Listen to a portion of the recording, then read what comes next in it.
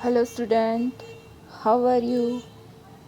Grade 8 Hindi chapter 2, जिसके बारे में आज हम पढ़ाई करेंगे। हाँ, तो विद्यार्थी मित्रों, हमारी रोज़ बरोज़ की जो लाइफ होती है वो रोज़ वैसे की वैसी ही होती है।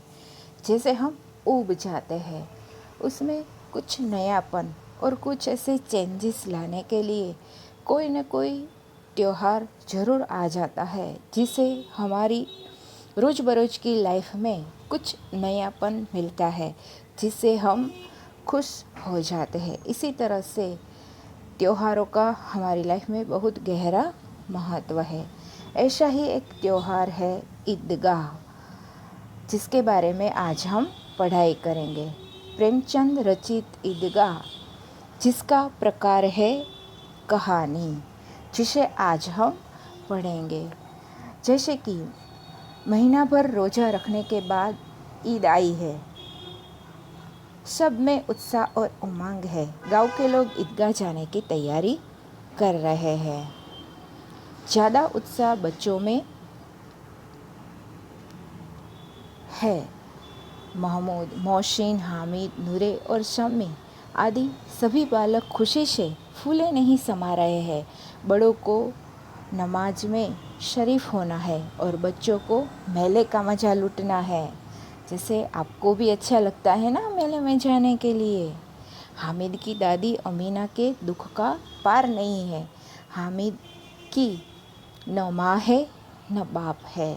आज ईद के दिन उसके घर में दाना नहीं है। हामिद ईदगाह जाने के लिए तैयार है। सिर्फ 3 पैसे उसकी जेब में है। उसके पास जूते भी नहीं है। उसकी अम्मा को डर है कि अकेला हामिद कहीं खो न जाए, परंतु हामिद दादी से कहता है, तुम डरना नहीं अम्मा, मैं सबसे पहले जाऊंगा।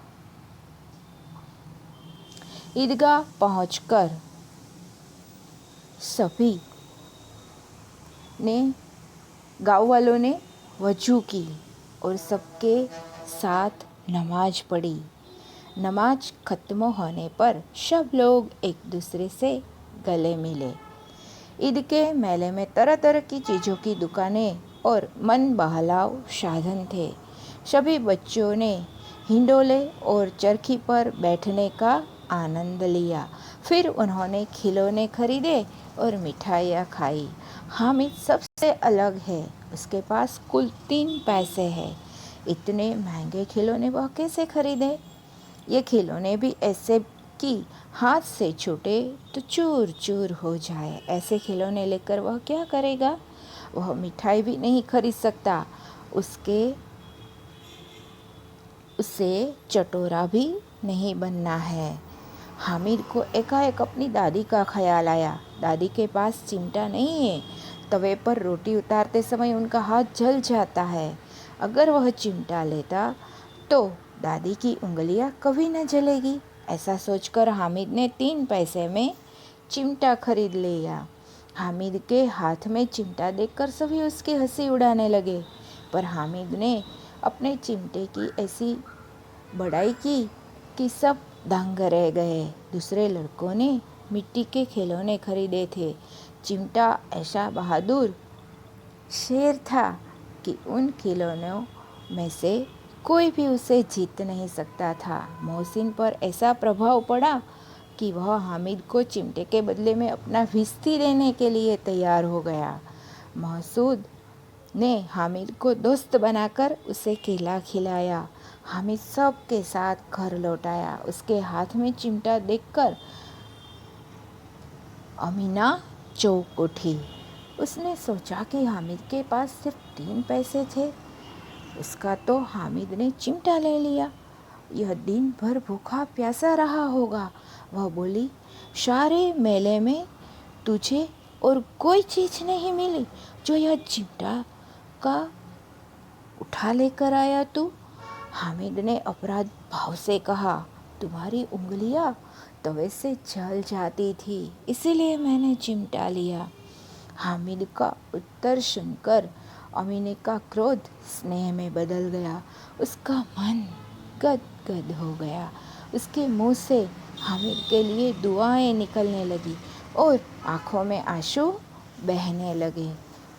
हाँ विद्यार्थी मित्रों, तो इस तरह से है कि हामिद ने जैसे ही दादी माँ से प्यार करती है वैसे ही हामिद अपनी दादी से प्यार करता है, ऐसा करके बताया। इस तरह से हमें इस पाठ को समझने की कोशिश की है। पाठ के पूर्ण होने पर पेज नंबर 13 पर उसके शब्दार्थ और मुहावरे दिए गए हैं, जो अपनी कॉपी में आप अच्छे से राइटिंग में लिखोगे। हाँ, तो ये जो मैंने आपको इसका सार जो समझाया है, इसमें ये 4 क्वेश्चनों के आंसर अवश्य मिल जाएंगे कि हामिद ने चिमटा ही क्यों खरीदा। दूसरा क्वेश्चन है, चिमटा खरीदने के लिए हामिद ने कौन से कारण बताता है। थर्ड क्वेश्चन है, बुढ़ी अम्मा का क्रोध स्नेह में क्यों बदल गया। एंड फोर्थ क्वेश्चन है, अब आप चिमटे के प्रयोग की तरह रुमाल के विविध प्रयोग भी बताएंगे ना विद्यार्थी मित्रों, कोशिश करना है।